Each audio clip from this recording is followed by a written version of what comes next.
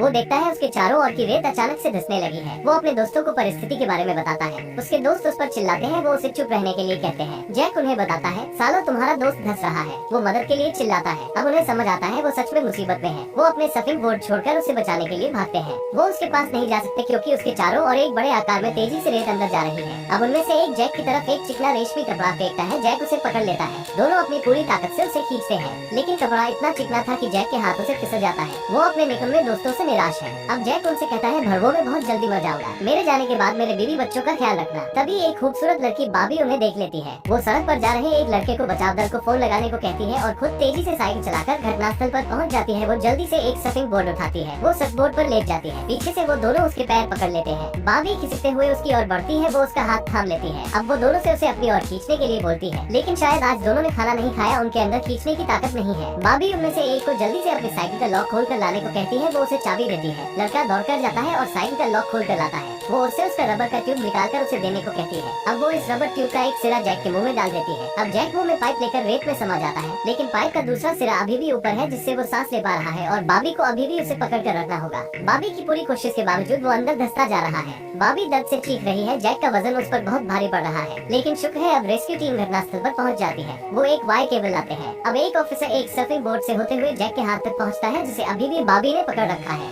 Officer Y का एक सिरा जैक के हाथ में बांध देता है। अब पुलिस द्वारा खींचकर जैक को सफलतापूर्वक बाहर निकाल लिया जाता है, जिसमें सबसे बड़ा योगदान बाबी का है, जिसकी हिम्मत और प्रेजेंस ऑफ माइंड ने ये मुमकिन करके दिखाया।